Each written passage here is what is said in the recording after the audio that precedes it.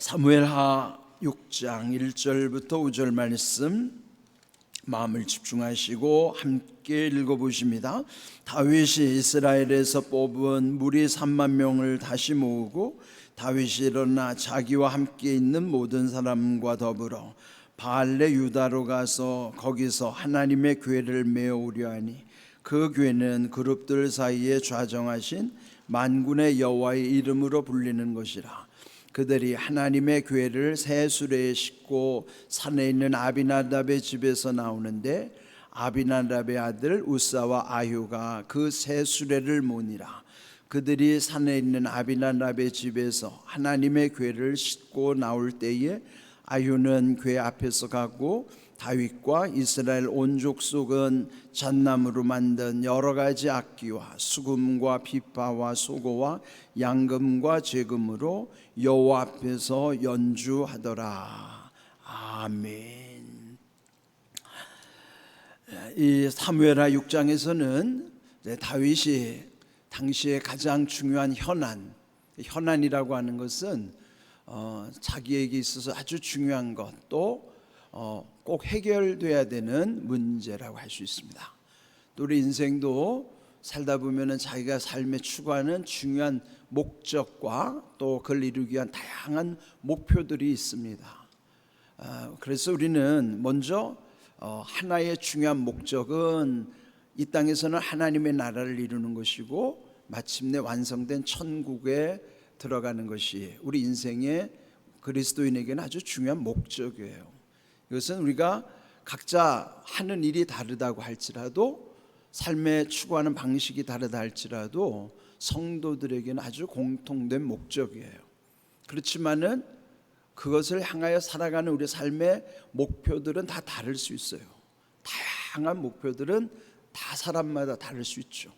우리가 하는 일도 다른 것처럼, 그렇지만은 그 하는 일들이나 우리가 추구하는 모든 것이 마침내 궁극적으로는 하나님의 나라와 천국과 다 연결이 돼야만 인생이 헛되지 않고 우리 삶이 이 땅에서도 보람 있는 인생을 살 수 있는 것입니다. 이 다윗은 이 5장까지 보면은 그에게는 통일 왕국을 이루었어요. 그 앞에서 많은 어려움들을 겪어서 마침내 12지파가 하나가 되는 이제 다윗의 왕국을 이루게 된 것이죠. 그리고 나서 이 6장에서는 그 당시에 가장 중요한 일 또는 현안으로서 빼앗겼던 법궤를 예루살렘 성으로 모셔오는 거였습니다. 이스라엘 사람들에게 당시 그들에게서는 법궤는 하나님이 함께 하시는 임재를 약속하기도 하고 상징하기도 하는 아주 중요한 것이 법궤죠. 성막 또는 성전을 이제 구약에, 그러니까 오늘날 우리의 교회의 모형으로도 이제 구약은 이제 성전, 그 이전에는 성막이죠. 그럴 때 보면은 그 구조를 보면 그 안을 들어오면은 지금 여러분이 앉아 있는 이 거룩한 처소를 성소라 하고, 그 거룩한 처소 중에서도 가장 거룩한 곳을 지성소라는 거예요. 성소는 거룩한 곳, 지성소, 지자가 붙으면은 최고를 나타내는, 그 위는 더 이상 없는 거예요. 최고, 가장 중요한 게 지자가 붙는 거예요. 그러니까 지성소는 성소 중에서도 가장 거룩한 곳, 최고로 거룩한 곳은 이 앞에 휘장을 쳐서 여기는 아무도 들어올 수 없는 곳이에요. 1년에 그것도 단 한 차례 대제사장만이 백성들의 모든 죄를 짊어지고 이 안으로 들어오는 거예요. 그러면 이 지성소 안에서도 가장 중앙에 있는 것이 바로 법궤란 말이에요. 이 법궤 안에는 십계명의 두 돌판뿐만 아니라 아론의 쌍난 지팡이도 있고 또 만나를 담은 항아리도 있어서 그 법궤는 곧 하나님이 함께 하시는 약속의 상징인 거예요. 그러면 그들에게 있어서 성전 성막이 중요한데 그 가장 중심에 이 법궤가 있기 때문에 성막 성전이 중요한 거예요. 그 법궤가 없으면은 그냥 껍데기만 되는 거죠. 그래서 법궤라고 하는 것은 그들에게 있어서는 가장 중요한 거예요. 근데 이걸 왜 뺏겼습니까? 이미 우리가 이 사무엘상에서 보았듯이 사울 왕 시절에 블레셋과의 전투에서 이들이 법궤를 들고 가면은 이길 줄 알았어요. 그런데 하나님이 역사하지 않으신 거예요. 법궤라고 하는 건 하나의 상징과 약속이지만은 그 상징과 약속을 정말로 믿고 하나님이 함께 하시는 그 사람일 때 그 약속이 이루어지는 것이지, 이미 사울은 하나님이 버리셨고 하나님 떠나셨어요. 그래서 더 이상 이 법궤에는 하나님이 함께 하신다고 하는 약속과 상징이 있음에도 불구하고 거기에 효력이 없는 거예요. 그러면은 아무리 법궤가 거룩한 그 궤라는 게 상자, 궤짝이라는 뜻이거든요. 근데 거기에 하나님이 함께 하시지 않는 법궤라고 그러면 그거는 그냥 하나의 궤짝에 불과한 거란 말이에요. 자, 그런데 결국 그 블레셋에게 빼앗긴 법궤는 블레셋에도 완전히 저주와 재앙이 임한 거예요. 그 법궤를 안치한 곳에서 막 저주와 재앙이 일어나니까 그들도 두려워서 그것을 결국은 수레에다 실어서 이스라엘의 접경에 있는 벳세메스라는 곳으로 보냈어요. 그런데 그 벳세메스 사람들도 그거를 호기심으로 바라보다가 50명이나 된 사람이 또 즉사를 했거든요. 그러니까 그게 이제 겁나니까 그게 어디로 갔는가 하면은 기럇 여아림에 있는 아비나답의 집에 방치가 되어 있었던 거예요. 그리고 거기가 무려 20년 동안 거기에 방치되어 있는 것을 20년이 지난 다음에 다윗이 왕이 된 다음 먼저 했던 것이 빼앗겼던 법궤가 지금 여기에 아비나답의 집에 있으니 그것을 예루살렘 성으로 모셔오는 게 국정과제 1호예요. 하나님이 함께 하신다고 하는 그 약속, 그 법궤를 모시고 오는 과정이 오늘 이제 설명이 되는 거예요. 자, 얼마나 장엄한가. 먼저 다윗은 1절을 보면은 이스라엘에서 뽑은 무리 3만 명을 다시 모으고 그래요. 여러분, 지금 법궤를 모셔오는데 3만 명을 선발한 거예요. 그것도 고르고 뽑아가지고. 그러니까 여러분, 3만 명의 그 장엄한 행렬을 한번 상상해 보십시오. 그러면서 다윗이 일어나 직접 자기와 함께 있는 모든 사람과 더불어 바알레 유다, 여기가 이제 기럇 여아림에 있는 그 바알레 유다로 가서 거기서 하나님의 궤를, 즉 법궤를 메어 오려 하니, 이 법궤를 운반하는 규정이 있었어요.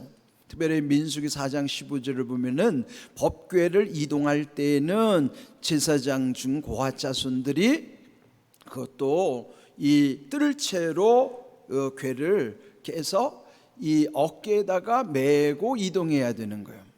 그러나 하나님이 명령하신 대로 그 규례대로 해야 되는 것입니다.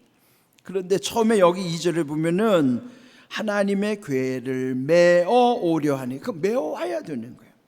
근데 문제는 매지 아니하고 수레에다가 실었다는 거예요.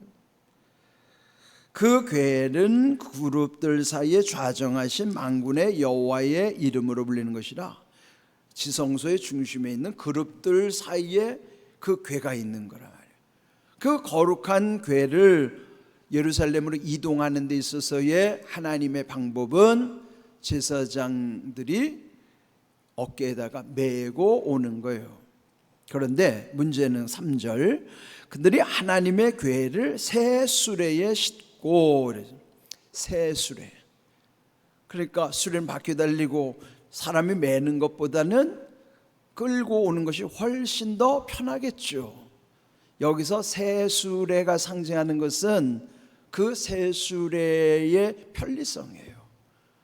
그러니까 얼마나 그 당시로 보면은 사람이 매는 것보다는 뭔가 이렇게 새로운 수레를 탁 장만하고 거기에다가 이 법궤를 안치해서 싣고 온다고 생각했어요. 더 우리말로 말하면 폼나고 더 웅장하고 더 화려하고 장엄하고 한마디로 말하면 멋있었겠죠. 우리도 새 것 좋아하잖아요. 예? 그 대표적인 게 뭐예요? 신상이라고 하는 신상품. 특별히 신상 좋아하는 분들이 꽤 있어요. 무슨 가전제품이라든지 특별히 스마트폰이라든지 또 여성들의 무슨 옷이라든지 뭐 좋아하는 아주 민감한 것, 새 것 있으면은요, 거기에 아주 얼마나 집착하게 되는지. 물론 뭐 다 그런 건 아니에요. 그러나 대체로 뭔가 새로운 것이 나오면은 사람의 이목을 끌 수밖에 없고 호기심을 끌 수밖에 없고 관심을 들 수밖에 없어요. 그게 사람의 마음에는. 예? 그런데 이거 조심해야 됩니다. 지금 영적 원리로 볼 때 이 새 수레가 새 것인가? 새롭다고 하는 것은 그게 낡은 게 있기 때문에 상대적으로 새로운 것이지만은 또 새 것이 나오면 이거는 또 낡아지는 거예요. 그럼 뭐예요? 이 땅에는 새 것이 없어요. 이 땅에는 그냥 새 것이 나오니까 금방 그것은 낡아져 버리고 또 다른 게 나와버리면 이것도 이제는 새 것이 아닌 거예요. 우리가 살아가는 세상에는 새 것이라는 게 없어요. 전도서 1장 9절에 이미 그 말씀을 주셨는데 한번 읽어보겠습니다. 이미 있던 것이 후에 다시 있겠고 이미 한 일을 후에 다시 할지라. 해 아래에는 새 것이 없나니. 해 아래는 새 것이 없습니다. 잠시 새롭게 보일 뿐이지 새로운 것이라는 게 존재하지가 않아요. 그래 이걸 우리가 이렇다면은 성경의 원리를 먼저 우리 마음에 새기고 살아야 됩니다. 해 아래 새 것 없다. 그는 이미 이 솔로몬이 전도서에도 자기가 평생 겪은 것을 기록했을 뿐만 아니라 하나님이 우리에게 이 진리를 알려주시는 거예요. 새 것이 없음에도 계속 새 것에 대한 목마름이 있어요. 그래서 뭔가를 새롭게 추구하는 거예요, 자꾸. 근데 여러분, 뭐든지 오래될수록 소중한 것은 오래될수록 더 가치를 바라는 거예요. 사람도 그렇고요. 소중한 거예요. 골동품이 왜 비쌉니까? 새 거라서 비싼 게 아니에요. 오래됐는데 소중하기 때문에 오래될수록 더 비싼 거예요, 그게. 뭐든지 새 것이 좋은 게 아니에요. 소중한 것은 오래될수록 귀하고 더 가치가 나가는 겁니다. 사람도 마찬가지예요. 그래서 여러분 사람 잘 바꾸는 사람들 그 좋은 거 아니에요. 그러니까 다 그러잖아요. 여러분도 다 한 사람 만났으니까 끝까지 한 사람이랑 사는 것도 그게 소중하니까 그렇게 하는 것이지. 그러니까 뭐든지 귀한 것은 오래될수록 더 귀해진다. 그거예요. 새 것이라 귀한 게 아닌 것입니다. 그래서 우리는 인생 살면서 해 아래 새 것이 없다는 것을 말씀을 통해서도 알려주셨지만은 우리 인생에 새 것이 없다는 것을 늘 기억해야 돼요. 근데 여기 새수레라고 하는 것이 모양은 얼마나 화려한지. 그런데요, 이제 그 아비나답의 집에 안치되어 있던 것을 그 아들들 우사와 아요가 새수레를 모으니라. 오늘 제목이 새수레를 모으니라 그랬어요.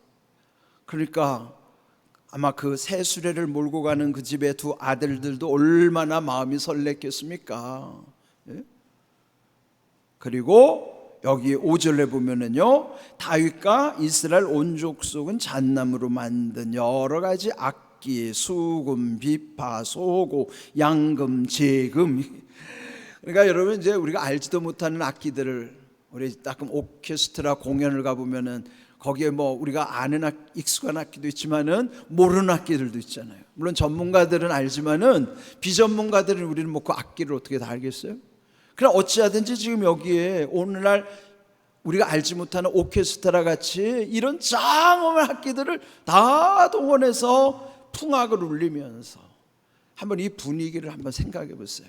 그 3만 명이나 되는 인파와 아울러 이렇게 또 장엄한 이 의례를 갖추면서 이런 웅장함 가운데 또 그들이 여호와 앞에서 연주하더라 그랬어요. 자, 이 모습만 보면은 얼마나 대단하다. 하나님이 기뻐하시겠지. 그렇죠? 근데 이제 내일 보겠지만은 거기에서 이제 엄청난 비극이 출현하는 거예요. 그 쇠수레를 싣가다가 그 손을 댐으로 인해서 그 손대지 않아야 되는데 그 소가 움직이는 바람에 손을 댐으로써 즉사를 하는 거예요. 그 아들이. 그 비극이 일어나는 거죠. 그런데 여기서 이제 중요한 것은 여러분, 눈에 보이는 게 다가 아니라는 거죠. 뭐 이렇게 쇠수레에다가 그 많은 인파와 엄청 장엄한 악기들이 동원되어 있어서 하나님이 기뻐하실 거다? 천만의 말씀이에요. 하나님 뭘 보신다고요? 우리는 보이는 것만 보이지만 하나님 뭘 보세요? 보이지 않는 마음의 중심을 보시는 거예요. 우리의 마음을 보는 거예요. 오늘날 교회들의 문제는 뭐냐면 보이는 것에 너무 치중한다는 거죠.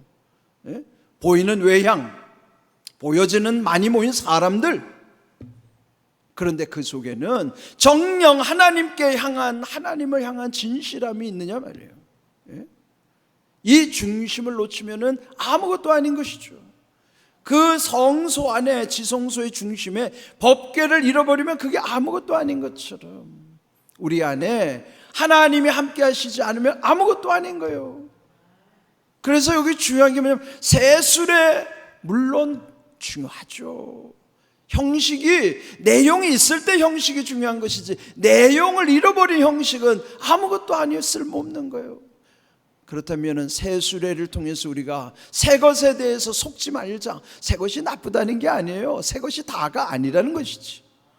그런데 중요한 게 뭐냐면 이 해 아래 새 것이 없다고 하지만 영원한 새 것은 우리에게 주님이 주신 새로운 것입니다. 요한복음 13장 34절 무엇이 새로운 것인가 읽어봅니다. 새 계명을 너희에게 주노니 서로 사랑하라. 내가 너희를 사랑한 같이 너희도 서로 사랑하라. 여기서 새 계명이라는 것은요, 우리가 서로 사랑하는 것. 그런데 이미 예수님이 우리를 사랑함 같이 예수님의 사랑으로서 서로를 사랑하라는 거예요. 우리끼리 사랑하는 것은 한계가 있어요. 주님이 우리를 사랑하셨기 때문에 그 사랑 안에서 서로를 사랑할 때에 문제가 없지. 예수님의 사랑 없는 우리끼리의 사랑은요 아무것도 아니에요. 맨날 찌그락찌그락 서로 아웅다웅하다가 으르렁거리다가 끝나는 거예요. 이게 우리끼리의 사랑의 한계라고요. 그러면 새 계명이라는 것은 주님이 우리를 사랑하신 것 같이 서로 사랑하는 것이 새 계명이에요. 새 계명은 더 이상 다른 계명이 없어요. 주님이 주신 새 계명은 영원한 새 계명이지. 이걸 교묘하게 이단들은 또 그렇더라고요. 새 계명이 있으면 그 다음에 낡아지면 또 다른 새 계명을 만든다는 거예요. 그게 이단들의 논리예요. 예수님은 영원한 것을 주신 것이지 이 땅에서 무슨 해 아래 새 것이 없는 것처럼 여기서 바꿔내는 그런 새 것이 아니에요. 예수님이 우리에게 주신 새 것은 영원한 새 것입니다. 그럼 우리가 영원한 새로움을 늘 경험하려면은 예수님의 사랑 안에서 서로를 사랑하면 그게 영원한 새 계명이고 영원한 새로움이란 말이에요. 여러분이 새 계명만이 영원한 새로움이라는 사실, 그거 놓치면 안 돼요. 세상에 해 아래 새 것 없습니다. 영원한 새 것은 영원하신 주님이 우리에게 주신 새 계명 안에서만이 주님의 사랑 안에 서로를 사랑하는 것이 없어지는 사랑도 아니고 낡아지는 사랑도 아니고 줄어드는 사랑도 아니고 그 사랑만이 영원한 사랑이고 천국까지 다 기록되고 남는 사랑이에요. 영원한 것은 새 계명만이 새롭고 그는 낡아지지도 줄어들지도 없어지지도 않는 영원한 계명이고 영원한 새로움이라는 사실을 놓치지 마십시오. 이 새 계명 안에서만이 날마다 새로워지는 거예요. 이 진리를 기억하시고 오늘 여기 새 수레라고 하는 보이는 것이 중요한 것이 아니라 주님이 우리에게 주신 영원한 새로움의 약속이 중요하다는 사실을 기억하시고 우리 날마다 주의 은혜를 새롭게 경험하고 새롭게 누리는 삶이 되기를 주님의 이름으로 축복합니다. 아멘.